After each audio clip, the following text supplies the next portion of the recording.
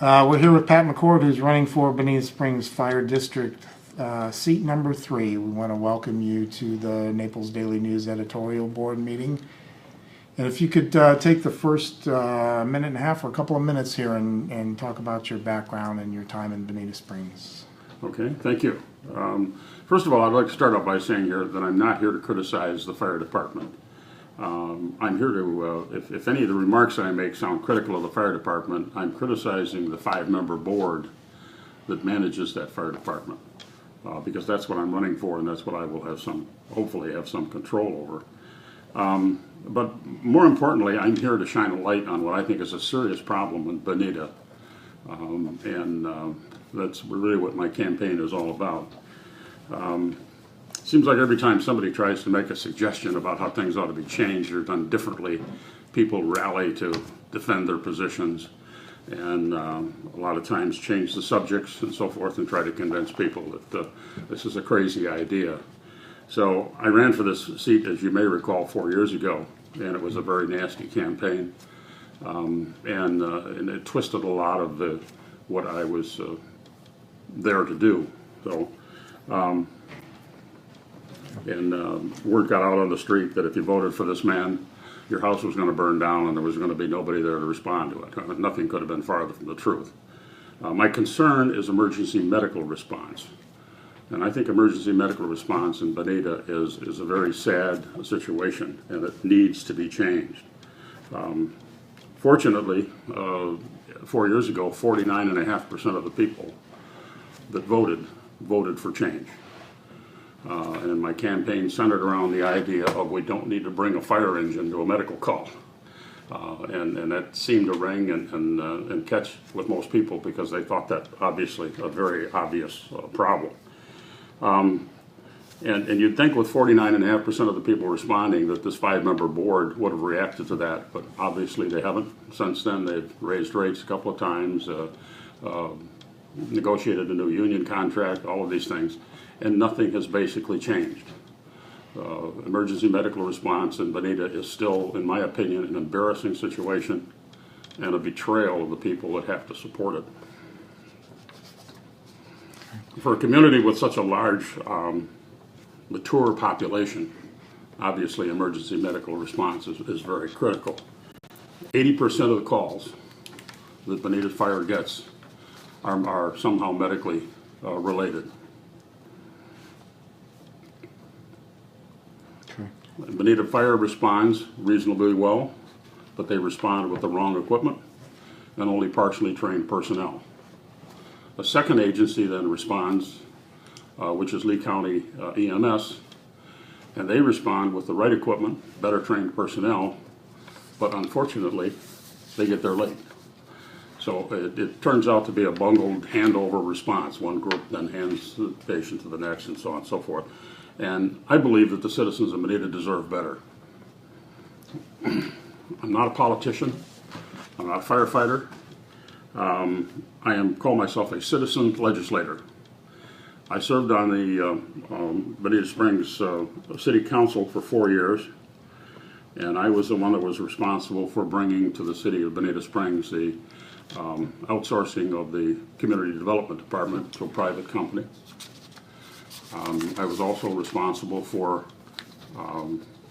convincing Lee County and Collier County to get together and connect their bus service, which is something that actually happened the day after I left. But it was just one of those logical things to me that made sense, and I couldn't understand why people couldn't ride from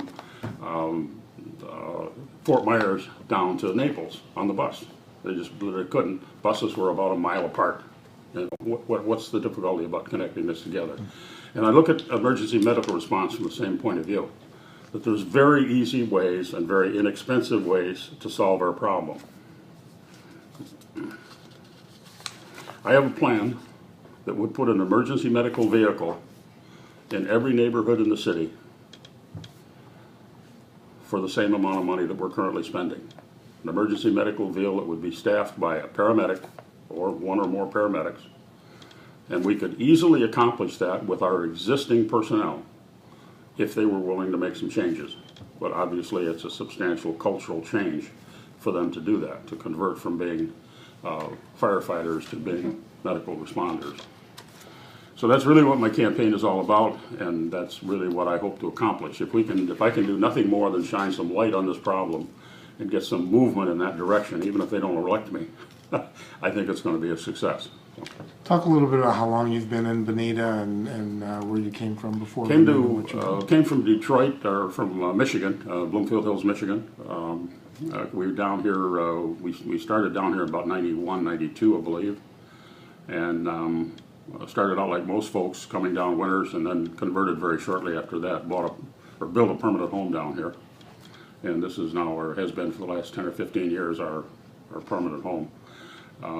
I like Bonita. I think it has a tremendous amount of potential. I especially like the climate, of course.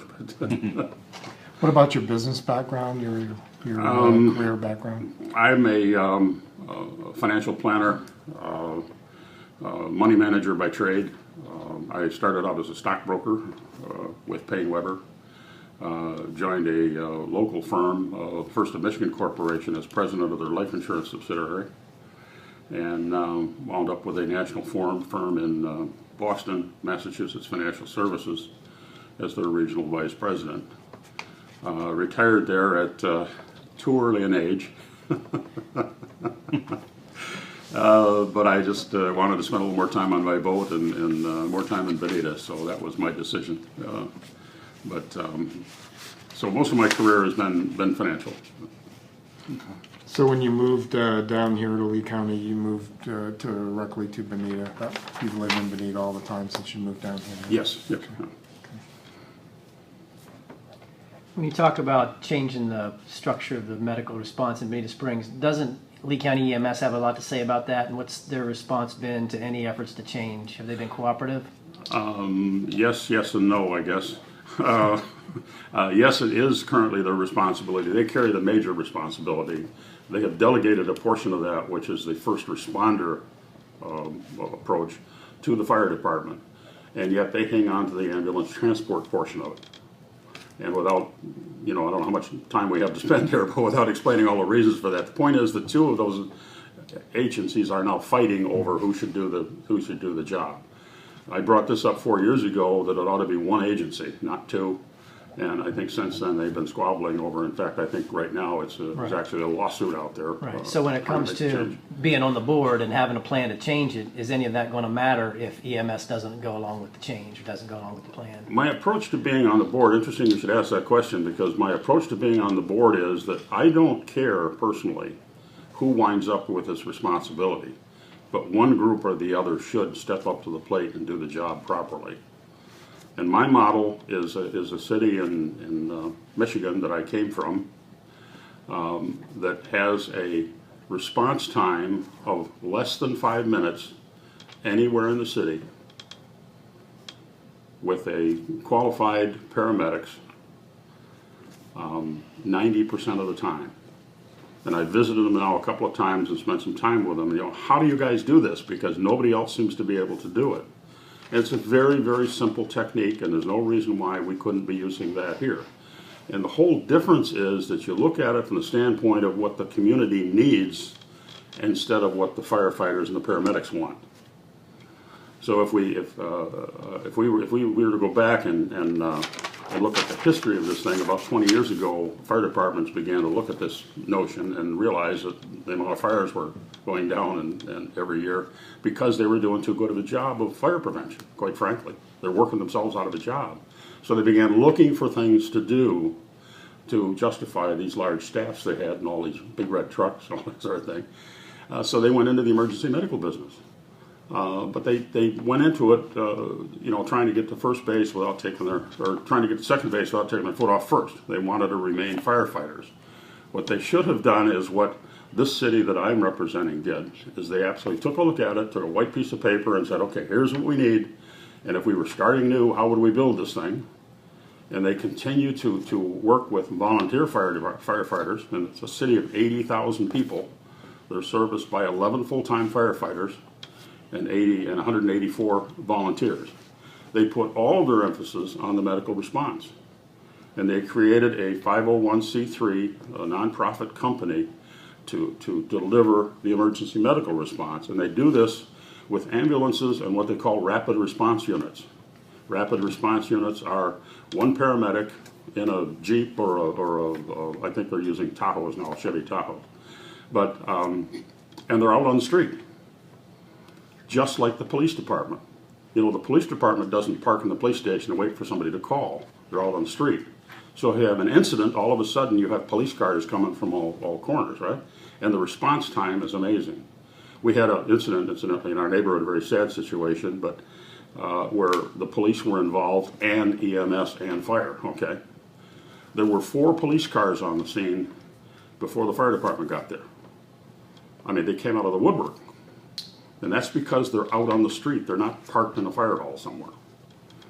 You talked about having a unit available to every neighborhood. Is that going to require more stations than Bonita has now?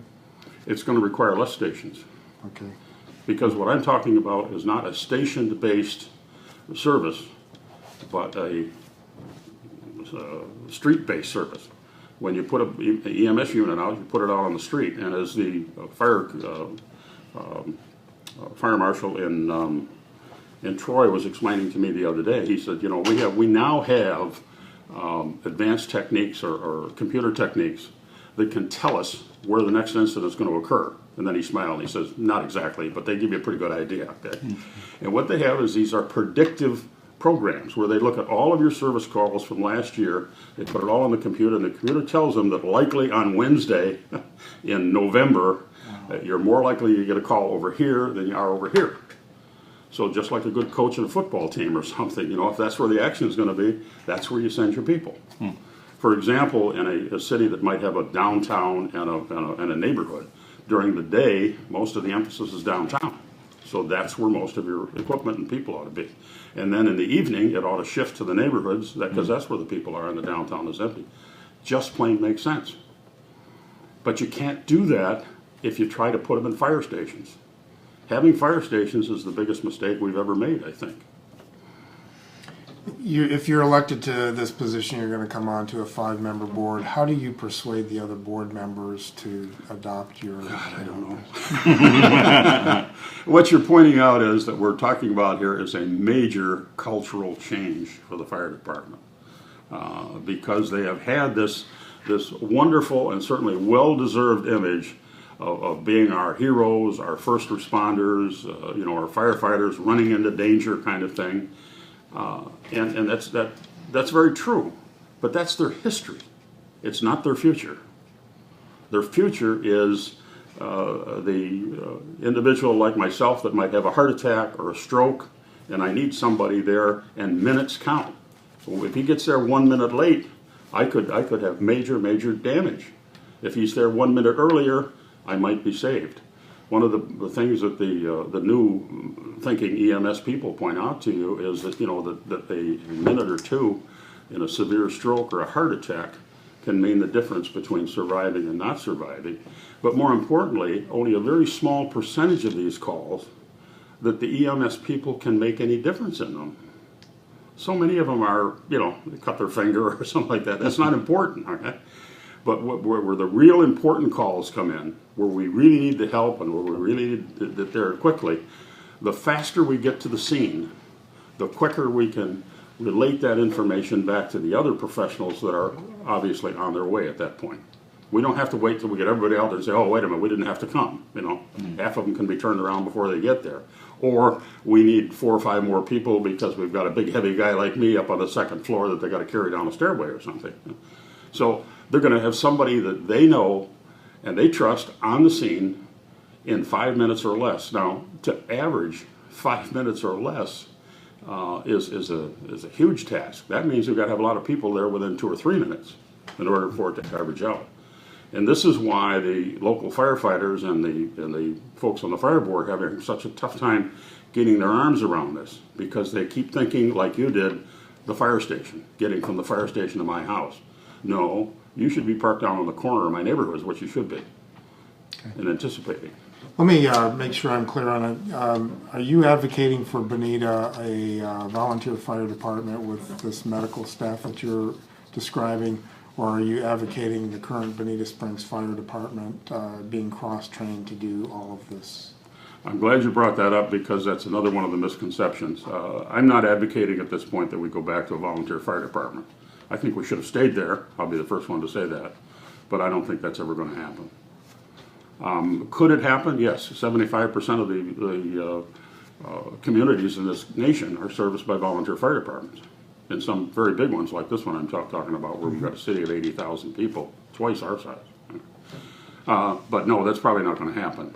But what I am advocating is that we have a major change of attitude and a major change of culture and start realizing that what we do and that our future is in handling emergency medical responses, and you can't do that with a fire engine. It just doesn't work. In fact, I'm going to run an ad in your paper, hopefully before the election, and the title of my ad is called Burning America. It was a report that came out back in 1971. It was a study done by then President Nixon, I guess, about the fire service. And it was rather complimentary of the fire service because they were doing such a good job, but it also pointed out that, you know, they were eventually going to work themselves out of a job. One of the things they said very specifically, and this is what, 50 years ago, should not send a fire engine to a medical call. Okay. Correct me if I'm wrong here, but you had your choice of running against one or two incumbents here. Why did you choose to run against the incumbent that you're running against? Probably because he is the longest serving incumbent. He's been there for 16 years. He's created the problem that we now face. And that's not saying anything negative about him. He's a very good guy, a good family man, and all this kind of thing. Just, you know, is not with it as far as the emergency medical response in the 21st century. Is there any possibilities to achieve efficiencies through consolidating with other departments anywhere in Lee County? I mean, it sounds like you're almost talking about consolidating with EMS. How about consolidating with other fire departments too at the same time? My attitude toward that, especially coming from the financial field, is when you have two companies that get together and they're both failing, what do you wind up with? A big failing company, okay? If one of those members of the consolidation has their act together, I say it would be a wonderful idea. And what I want to do is I want to make Bonita the one service in Lee County that has their act together that the others may eventually want to emulate. What kind of a job do you think the chief is doing? Pardon me? What kind of a job do you believe the chief is doing in Bonita? Is he doing a good job? Or? From the standpoint of being a fire chief, he's doing an excellent job. You know. But again, he's a fire chief, you know, and he's doing a very good job of protecting his turf, which is the fire department.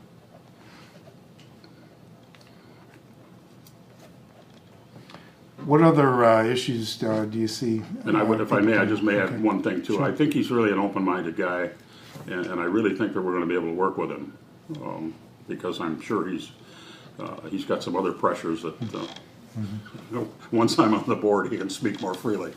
Okay, I'm sorry. Your question? What are some of the other issues in the campaign you hear people talking about out in the community? Are there any others? As far as I'm concerned, I guess I've had blinders on, but this is my big one. Mm-hmm. The other issues that other people are talking about, that we need more fire stations, that the city's going to grow, so we got to build more fire stations, we got to buy more fire engines. But then, of course, we're going to need more people to staff those fire engines. You know, it's all about perpetuating the same old, tired idea. One of the things we've heard from other candidates is that there's 9 weeks of vacation pay for firefighters, and they think that's excessive. Pardon me? One of the other things that we've heard from candidates is that that there's 9 weeks of paid vacation for Bonita firefighters, and they think that's excessive. I could go on for half an hour and be very critical about pay to firefighters and all that kind of thing. Certainly, their benefit package is way out of line with whatever happens in the rest of your community and in the rest of the world, for that matter. But I'm not concerned about that. I am more concerned about putting them to work. In other words, I don't want to say that I'm paying you too much money. I want to say that I'm not utilizing you properly. We're just about up to our 20-minute time period here. Any closing thoughts you want to No, I guess the only thought I have is that the people in Bonita have been very generous to their and are very interested in emergency services, and they deserve a lot better shake than what they've been getting.